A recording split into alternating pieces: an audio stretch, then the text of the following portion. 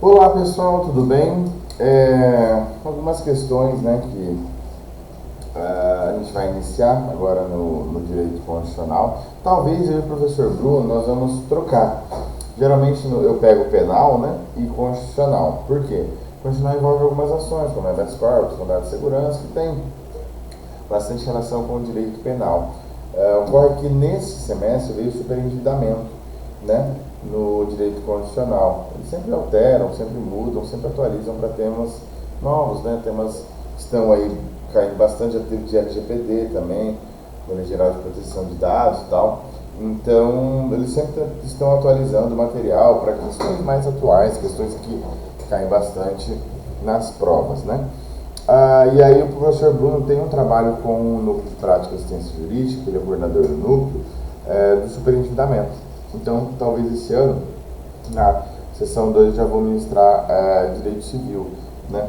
Mas, enfim, sobre a sessão 1, uma coisa que eles elencam aqui, eu acho que é importante também passar para vocês. O direito constitucional, diferente, por exemplo, do direito penal, tá? Quando vocês vão ter, por exemplo, direito penal, e vocês vão falar assim, professor, não gostei, não quero de trabalhar, não gosto de delegacia, não gosto desse local, não gosto desse clima, sabe? Em presídio, assim, eu fui aquela vez com o professor na faculdade, já não gosto mais. Não tem problema. Você faz a prática, faz um exercício ou outro, entende como funcionam as questões penais, entende como funcionam as questões, não quero trabalhar, não tem problema. A questão constitucional, o buraco é mais embaixo. Por quê? Dificilmente você vai, em qualquer ramo do direito, tá? Penal, civil, trabalho, previdenciário, você 90% das vezes vai ter que fazer algumas petições ou requerimentos ou ações que são do direito constitucional, habeas corpus, mandado de segurança, tá? Então, se você trabalha, por exemplo, direito administrativo, mandado de segurança é muito usado. Se você trabalha, por exemplo, direito penal, habeas corpus é muito utilizado. Se você trabalha, por exemplo, direito do trabalho, você vai ter as peças constitucionais que vão cair para mandado de segurança. Às vezes você tem que entrar no direito do trabalho. Então, o direito constitucional você vai acabar aprendendo para a vida mesmo, né? As atuações que você for ter como advogado no geral. Então, o que é que eles falam? O direito constitucional ele possui ligação com todas as matérias. Então, não é só para a prova da ordem, é para a vida profissional, tá? Você vai utilizar no seu cotidiano que eu não. É lógico que você pode optar pelo direito constitucional e atuar em ADI e atuar nessas questões? Sim, tá? Tem advogado de partido político, tem advogado, por exemplo, que atua no direito eleitoral, que utiliza muitas ferramentas também. Então, assim, vocês sabem, né? O direito dá uma ampla gama de profissões. Então, existem aqueles advogados constitucionalistas, né? Que atuam nas petições de direito constitucional, principalmente para partidos políticos, prestando assessorias para deputados, né, para senadores, para vereadores, para deputados estaduais. Então, eles acabam se utilizando muito do direito constitucional. Tá? É uma possibilidade também. Eu conheço várias pessoas que advogam nessa área de direito constitucional. Geralmente, né, os escritórios são focados em Brasília, né, nessas grandes capitais, aonde tem os deputados federais, tem as pessoas, mas nada impede que a pessoa abra o escritório em Dourados, Campo Grande, em direito constitucional. Tá? Luiz, advogado de São Paulo, atua na defesa dos consumidores no superendividamento. O que é o superendividamento? O Brasil ele tem um problema crônico, né, a respeito do endividamento do cidadão. Existem pessoas que têm uma falta de controle nas compras. Então, a pessoa tem 5 mil, ela acaba extrapolando os seus limites. Né? O Brasil é um país que o salário mínimo não é, né, lá os seus valores. Então, por exemplo, em alguns países, vamos pegar exemplo dos Estados Unidos, por exemplo, alguns países da Europa, tem lugares que você, em um dia, fazendo um serviço lá, e não estou falando excessivamente técnico, não, tá? Não é uma profissão de cirurgião, tá? O cara, vamos pintando casas, construindo casas, né, ou fazendo algum serviço de encanamento, por exemplo, o cara ganha 50, 100 dólares, né, 200 dólares por dia de trabalho. Então, né, em alguns países é comum, né, esse tipo de situação. Muitos brasileiros que vão para os Estados Unidos, por exemplo, trabalham com questões simples e acabam ganhando 100, 200 dólares por dia. No Brasil, o cara precisa trabalhar 8, às vezes até 9 horas, né, banco de horas e tal, para ganhar no final do mês 1.300, 1.400 reais. Então, o brasileiro ele acaba recebendo muito pouco, né, no geral. E isso, obviamente, é que ele se consegue trabalhar mediante um emprego fixo, né? O informalismo no Brasil é muito grande. Então, nessas circunstâncias, por exemplo, o meu mestrado é na área de execução civil, né? Que é a área de meios ativos de execução civil, tem a área de CNH, etc. e tal. E durante o meu estudo, eu peguei vários dados do CNJ. Mais de 50% dos processos brasileiros estão parados na fase de execução. Então, muitas das vezes, as empresas, né, as pessoas tentam cobrar das outras e não conseguem, porque a outra pessoa não tem bens, não tem dinheiro, mas estão com um excesso de dívida.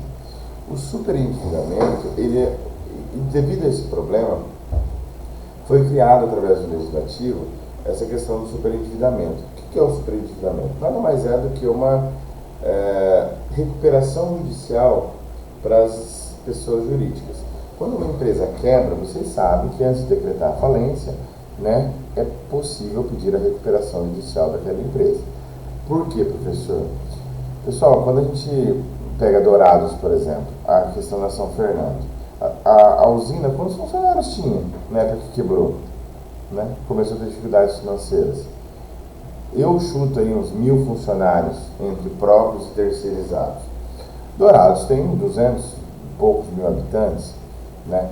Então, 1.000 funcionários serem mandados embora são 1.000 famílias que perderam um pai que trabalha, uma mãe que trabalha, um filho que trabalha. Então, são 1.000 famílias atingidas. 1.000 famílias atingidas é o quê? Um quarto da cidade, mais ou menos, né? Então, essas grandes empresas, eles não estão falando assim, os empregos diretos e indiretos. Tem o cara do mercadinho que fornece, o cara do restaurante que fornece marmita. Tem o cara da indústria de peça que fornece rolamento. Então, assim, a questão não é só, são várias empresas atingidas quando uma empresa grande dessa quebra. Nessa circunstância, existe a hipótese, a recuperação judicial. Eu entro no judiciário, o juiz nomeia alguém para tentar salvar essa empresa. A empresa está quebrando. Eu nomeio um sujeito para tentar salvar, para ver se tem como recuperar essa empresa. Tá? E, obviamente, ele vai receber por isso, é um profissional da área. Eu conheço alguns, os caras são muito bem formados, geralmente em administração, em direito, tem essas especializações nesses casos. A maioria das vezes, quando entra em recuperação judicial, já está uma situação muito difícil de salvar, mas às vezes consegue salvar sim. Tá? O superendividamento é como se fosse uma recuperação judicial. O sujeito ganha 10 mil reais, como fala aqui no exercício, mas a dívida dele está em 200, 300 mil. Se ele pegar 2 anos do que ele ganha, todo o salário dele tentar pagar, ele não consegue, porque a dívida já é muito grande. Ainda mais no Brasil, que pela questão de ser dificultosa o recebimento, eu falei, 50% dos processos no Brasil, de todos, estão na fase de execução. O banco não consegue receber, o cartão não consegue receber. Então, os juros são elevadíssimos.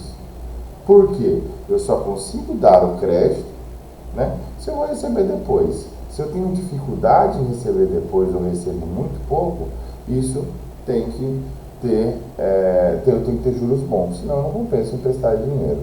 Né? Mais ou menos assim que funciona o mercado. Então, fala da Fernanda, funcionária pública municipal, recebe 10 mil reais por mês, mas está repleta de dívidas com cartão de crédito. Fernanda passou a quitar as faturas com cartão de crédito, levando ao parcelamento, pagamento do mínimo previsto, né, no cartão de crédito. Então ela ia lá e gastava 20 mil no cartão de crédito, ela recebia 10. O que ela fazia? Ela pagava o mínimo e parcelava, né, aquele crédito rotativo do cartão. E aí ia pagando em suaves parcelas. Suaves torna-se uma brincadeira aqui, além do que também incide juros altíssimos em cartão de crédito, tá? Quando você não paga, e aí vai juros sobre juros, e aí vira um inferno, tá? Vendeu o carro, comprou outro financiado, para com o valor pagar alguns dos seus empréstimos. Não conseguiu pagar as parcelas e teve que entrar com o carro para leilão, tendo perdido o valor de entrada. Então essas pessoas, né, que geralmente têm uma dificuldade financeira, é uma bucha atrás da outra. É um BO atrás do outro. O cara deve aqui, aí ele pega um empréstimo lá para recuperar aqui, e aí vira uma bola de neve.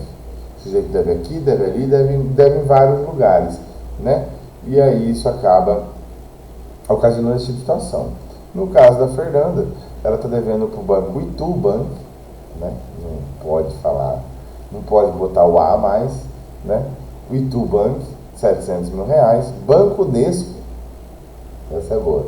Banco Nesco, 300 mil, e financeira, boa grana, tá? Nesse caso, ela está com uma dívida aí de R$1.100.000, né? Sendo que ela ganha 10 mil por mês. Ela não possui mais nenhum bem, seu nome vive de favor na casa de uma amiga da família. Você, como advogado, né? O que você faz para preservar o direito da sua pessoa, do seu cliente? E aí ele fala, né, da questão da Constituição Cidadã, uma ampla gama de direitos, né, enfim, direito de saúde, etc. E fala da questão da defesa do consumidor. O consumidor no Brasil ele é protegido. Inclusive na Constituição existiu um mandamento constitucional no ADCT que o Brasil em 180 dias, CT Constituição, 180 dias, seria promovida a defesa do consumidor. Aqui.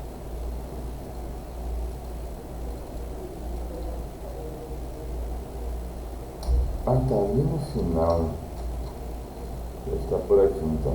Mas ele fala sobre a defesa do consumidor, que deveria ser regulamentado, o Congresso dentro de 120 dias da promulgação da Constituição, elaborar o Código de Defesa do Consumidor.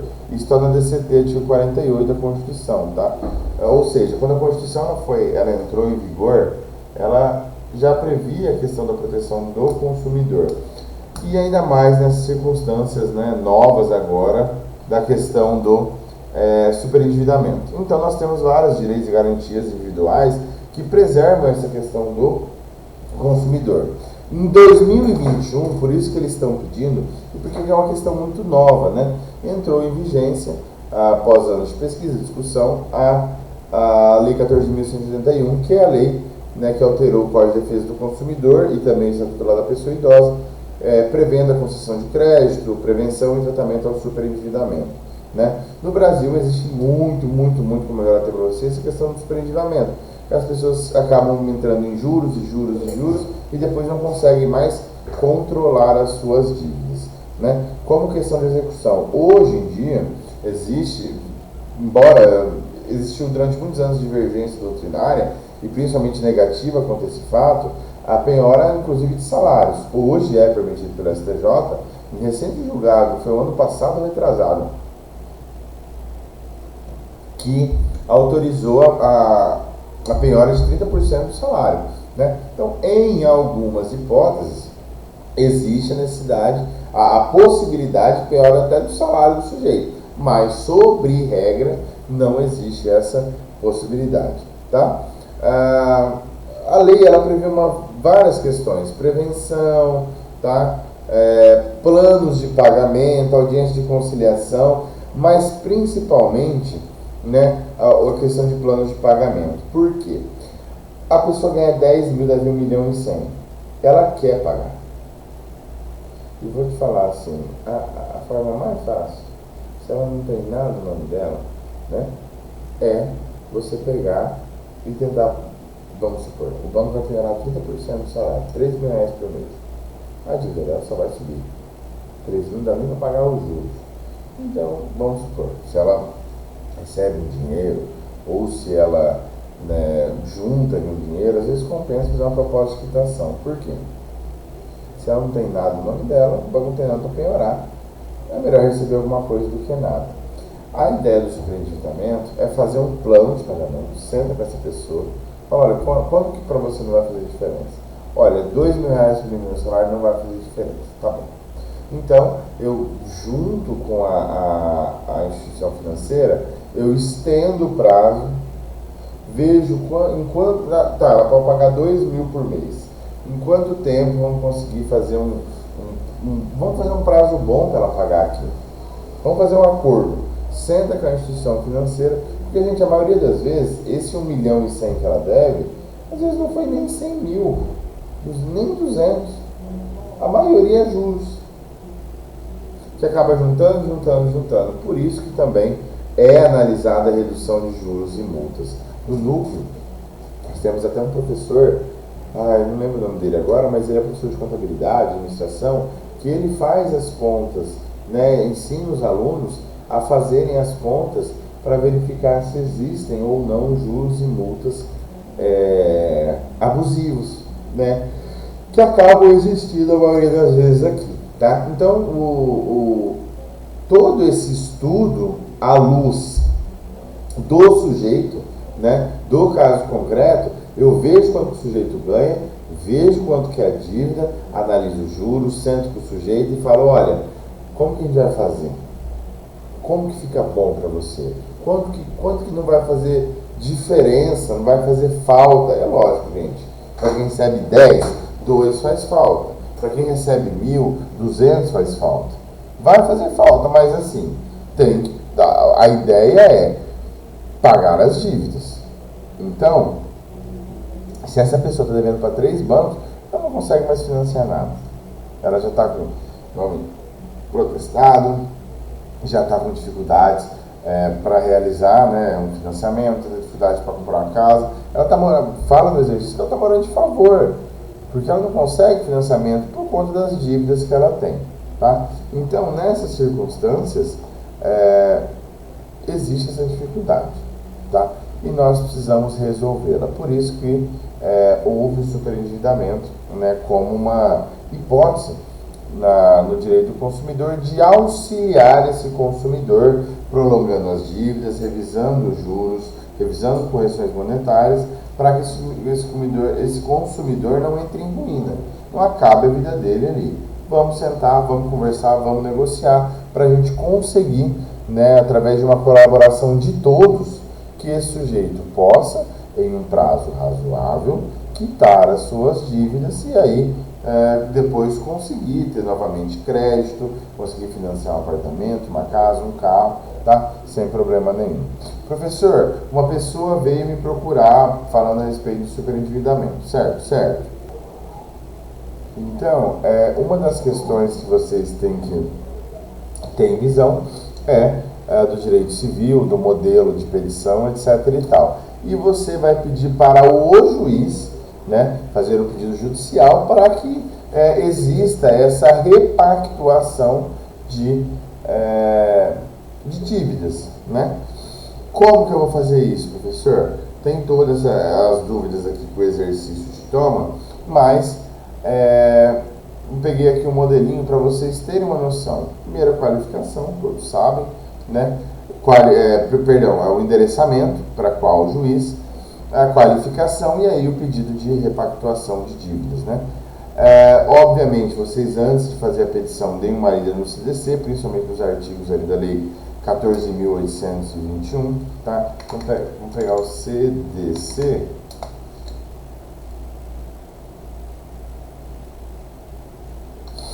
E você pode abrir lá no artigo 104, né, que é um dos que teve as alterações aqui, ó, da conciliação no superendividamento. Você pode requerer ao juiz, né, toda essa questão que a gente trabalha do superendividamento. E é bom, né, dar uma lida ali no artigo 104 seguintes, para a gente conseguir tratar quais são as hipóteses de superendividamento, as dilações de prazo, suspensão, né? Às vezes o sujeito já tem várias ações contra ele, né? Então eu tenho que ver no caso concreto e analisar o que existe, o que dá para melhorar ali no sentido do sujeito. No Brasil existem muitas questões de aposentados também, tá? E desempregados que acabam entrando nessa situação. E aí tem várias ações aqui de repactuação de dívidas que a pessoa está devendo, né? E precisa, de uma certa forma, sentar com o banco, os devedores e falar, olha, eu ganho isso, eu estou devendo isso, né? E aí eu posso pagar isso, e vamos melhorar esse juro, porque senão eu nunca vou conseguir pagar. Eu não consigo nem pagar os juros. Então, nessa circunstância, eu posso discutir, por exemplo, se existe juros abusivos, né, acima do que é autorizado pelo Banco Central. Eu vou discutir quais são as possibilidades que eu posso realizar de pagamento e todas essas circunstâncias, tá? O juiz primeiro chama para uma audiência conciliatória, vê se existe acordo, perfeito, tá? E nos pedidos tem que colocar lá o requerimento de audiência conciliatória conforme artigo 104 e seguintes lá do Código de Defesa do Consumidor. E tudo isso deve ser pactuado através, né, de um pedido, né, de uma tentativa de acordo. Caso não haja tentativa de acordo, aí o juiz, obviamente, posteriormente, né, ele vai determinando o superendividamento, o reparcelamento de uma forma apta para aquele consumidor poder pagar. Por quê? No Brasil, como eu disse, desde a Constituição Federal de 88 já existe essa ideia de proteção do consumidor. E esse sujeito, ele não paga porque ele não quer. Ele não paga porque ele esse cara é pilantra. Não, ele paga porque não tem como. A mulher do exercício é cristalino, exemplo. Ela ganha 10 mil, ela deve 1 milhão. Ela paga porque ela não quer? Não, ela paga porque não tem como ela pagar. Porque o salário que ela ganha não é compatível. A dívida já subiu muito, ela não tem como pagar. Simplesmente isso. Então, o superendividamento, ele é um tema novo, um tema interessante. E aí na próxima aula nós vamos trazer mais, né, detalhes. Mas o interessante, eu estava até esquecendo, a primeira ação no direito penal vai ser a questão de prisões, etc. Mas aqui vai ser a petição inicial.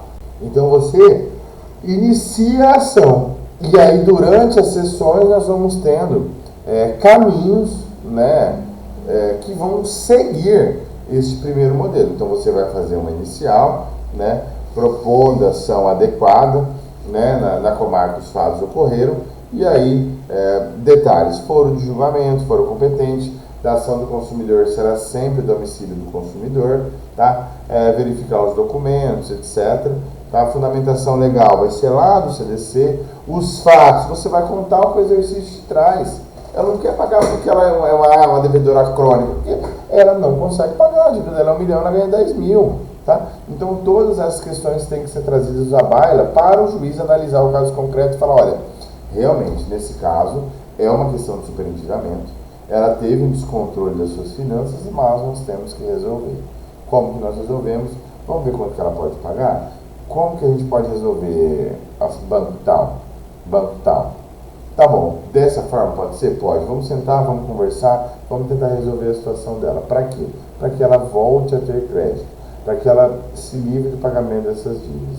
Porque assim, muita gente deve pagar com pau e não está nem aí. Agora, tem gente que não dorme à noite, tem gente que tem dificuldades na vida, tem gente que entra em depressão por conta dessas situações. Então, existe a necessidade de eu cuidar desse tipo de situação, tá? Beleza? Beleza. Qualquer dúvida, vocês podem mandar mensagem para a gente. Talvez na próxima aula a gente já vá ter as aulas presenciais referentes aos temas. Vocês vão ter a petição inicial agora sobre o superendividamento. Dê uma lidinha no Código de Defesa do Consumidor, ali nos artigos que eu falei 104 seguintes, vocês não vão ter dificuldades nenhuma, tá? Lembre-se de pedir sempre, por exemplo, se tem previsto na lei a petição de conciliação, ela faz um pedido, tá? Sem problema nenhum.